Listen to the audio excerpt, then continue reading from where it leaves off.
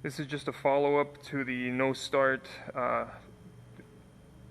Mark II A2 Golf that I posted a week ago with the faulty Hall sensor and how to check it.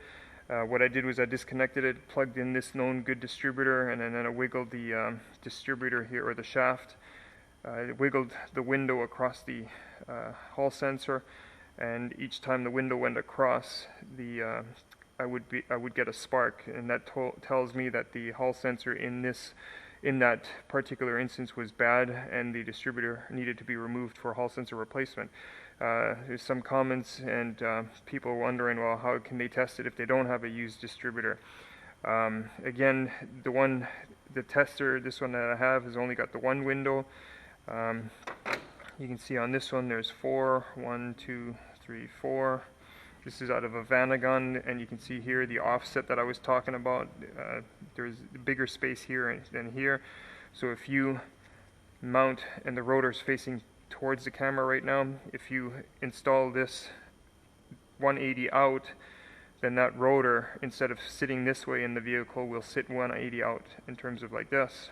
And so with the Vanagon distributors, you definitely have to be more concerned about the orientation of this drive gear, whereas on the A2 and A3 distributors here, you do not. It's perfectly centered. You can put this drive gear 180 out, no big deal. And again, this is the same distributor that's in here. Physically it will fit, but this one has 4 windows, 1, 2, 3, and 4. This one that's in the engine only has the one window because it's an ABA engine. It has a crankshaft position sensor that does where the ACM gets most of the information from, and the single window distributor Hall sensor window shutter wheel is used on the ABA engine, and because it has a crankshaft position sensor that the engine computer relies more on rather than the one that has 4 windows. So if your distributor has 4 windows and it doesn't start, it's usually due to the camshaft position sensor or the Hall sensor. On the ABA engine with a single shutter wheel, if the engine doesn't start, it's usually a crankshaft position sensor. Because the engine doesn't need the cam sensor, you can actually disconnect the Hall sensor and the vehicle will still run. Getting back to main topic, how to check it when you don't have a used distributor. You take your voltmeter, attach it to battery negative,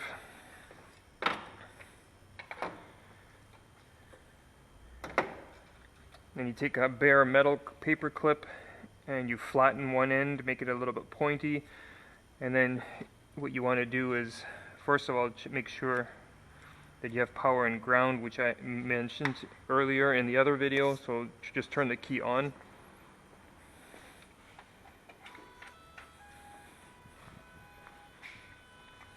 Turn this off so you can see better. So with the key on, one of the outer terminals should have power. This one does not on one terminal, and the other outer terminal here, I'm just touching it, don't force it in. There's about 12 volts. Let me just switch to digital display. Okay, so the first thing you want to do, if you don't have a used distributor or a scope where you can actually see the waveform of the Hall sensor, you just take your regular digital voltmeter, attach it to negative, battery negative, then you check for voltage on the outer 2 poles. One of them should have power. In this case, you can see the color-coded wires. The brown one is usually ground, so ground here and ground over here. Just lightly touch the contacts. It's not going to show any voltage, so that's good. That is the ground side. Key is on right now. And with the key on, check the other side, and you can see here that's 12 volts. The center terminal, when you check it, there's about 11.2 volts. And what you want to see is that voltage in the center pin varies. Let me just turn the light back on.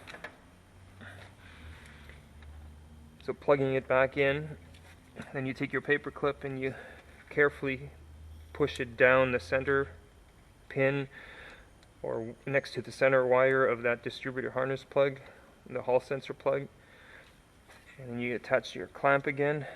And so right now it's still reading a voltage 11.2. Hopefully the camera picks that up. And now every time you turn the engine by hand, you should be able to turn it just by grabbing the serpentine belt and moving it.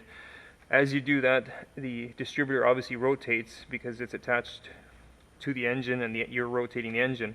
And what you're looking for is, as that shutter wheel comes across to where the hall sensor is, you want that voltage to change. You can remove the distributor cap to make it easier to see. Just take a screwdriver, pry the clips over,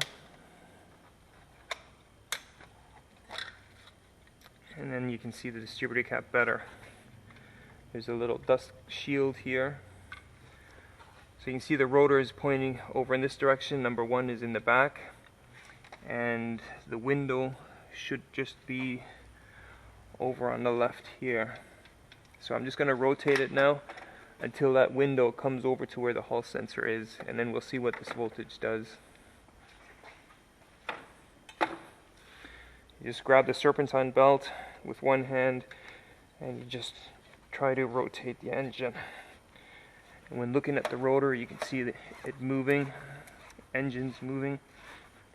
Obviously, if it's standard transmission, you want to make sure it's in park or neutral. Well, not in park. You want to make sure that the transmission is in neutral so that the vehicle won't move. 11 volts. I'm getting close to where the window is going to be at the hall sensor.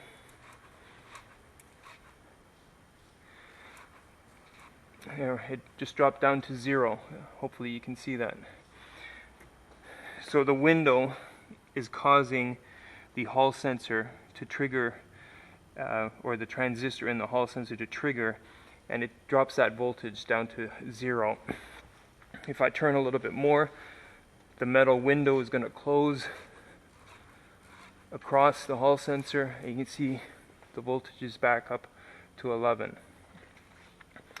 Now I'm just going to run this, put this back together, and I'm going to start it up, and you can see what the voltage does when it's running.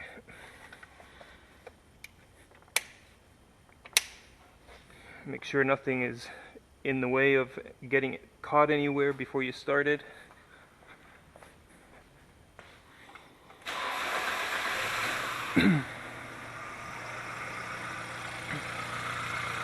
So with the engine at idle now, you're attached to the center wire of the hall sensor harness plug, and you can see on this model here, I'm still reading 12 volts.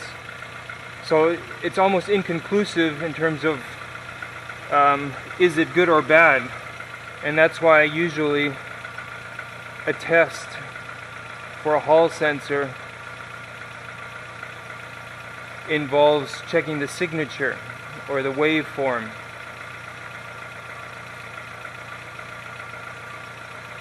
Oops, sorry.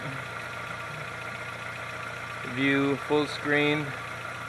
And so you can see there's a dropout. Since it only has one window, it's closed most of the time, and that's why it's reading the higher voltage. A voltmeter reads an average voltage. So because the window or the voltage is high most of the time, the voltmeter normally can't see the little gaps, or they just happen too quickly, so the screen doesn't refresh down to the lower voltage. And that's why having a waveform viewer or a scope, it makes it a lot easier to see whether or not it's working. If I go back to digital voltmeter, and so you can see there's the voltage, so that you can't really tell if a hall sensor is working when the engine's running. Obviously, if the engine's running, there's no concern to really check it, aside from a case where you have a crank sensor such as this one, and then you have a check engine light and it says your camshaft position sensor fault code, in which case checking it while it's running with a digital meter is not going to be of use here. So what you want to do is shut it off, turn it by hand to where the window meets the hall sensor, and then look for that voltage drop from battery voltage down to 0. If it never drops to 0 when you turn the distributor and the window is lined up, odds are that that hall sensor is no good. And then I would start with replacing the hall sensor. If the hall sensor is good, the voltage drops, but you're still getting camshaft position fault code then you have to recheck your timing. I know some of you guys said that you check your timing and your marks are lined up. But if that's the case, then that code should not show up on this model, because the crank sensor and the cam sensor are down in this area. It really doesn't even matter where your camshaft is. People always tell me my camshaft's lined up, but that's not the issue. In the case like this, you need to make sure the distributor and the crankshaft position sensor are synced correctly. If you get the camshaft out too far, it'll first start to run rough, lack of power at the low end. Worst case, if you go too far, the valves are going to bend, and obviously valve damage, piston damage possibly, and you would have to pull the cylinder head off. Long story short, in order to check a hall sensor with a digital voltmeter, or any voltmeter basically, because the voltmeter reads an average voltage, you want to do it with the engine off. Engine off, key on. You can see the voltage is low right now. What do you think? Where do you think the shutter wheel is right now? Is it A, in the hall sensor, or is it B, outside of the hall sensor? Well, let's have a quick look.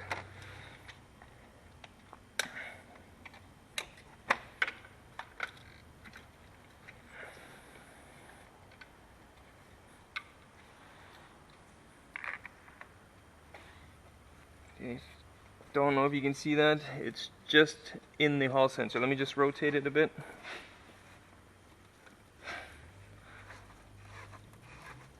It's easier to rotate counterclockwise. Voltage is back up, and there's the window right there. So I just happened to luck out that when I shut the car off, that the window was right hovering around the hall sensor. So that's it. That's the way to check the hall sensor with a voltmeter, digital voltmeter, or if you have an analog voltmeter, it would pretty much do the same thing. Back probe the center wire of the hall sensor plug, rotate the engine by hand until the window is around the hall sensor. Close-up view here. Here's the hall sensor. Here you can see the metal part of the window, the metal part of the trigger wheel. There is the window, so you want to rotate it until the window is in line with the hall sensor. It doesn't have to be fully in line, but once it's completely centered, that's when that transistor should be, or anywhere near that part, it should be when that transistor in the hall sensor triggers and causes the voltage change. Again, high voltage when the shutter wheel is not in the hall sensor vicinity, down to low voltage when it is lined up. Hopefully that cleared things up, and that you don't need a used hall sensor or a fancy lab scope, but the quickest way that I test them is just to use a used distributor. On other models where the computer does not use a crank sensor, I'm sure you've seen it in my other videos, I disconnect the hall sensor, poke a wire down the middle, and then I ground the jumper wire to the engine ground, simulating a hall sensor pulling that voltage down to ground. And then every time I touch the jumper wire to any metal surface, I get a spark, and that also is a verification that the system, in terms of the engine control unit, ignition control unit, and the ignition coil, are functioning correctly. If at that point I'm not getting any spark, then obviously there's other issues and more diagnosis is involved. Hopefully that cleared things up. If it made things more complicated, feel free to leave comments, and I'm happy to answer questions. Thanks for watching.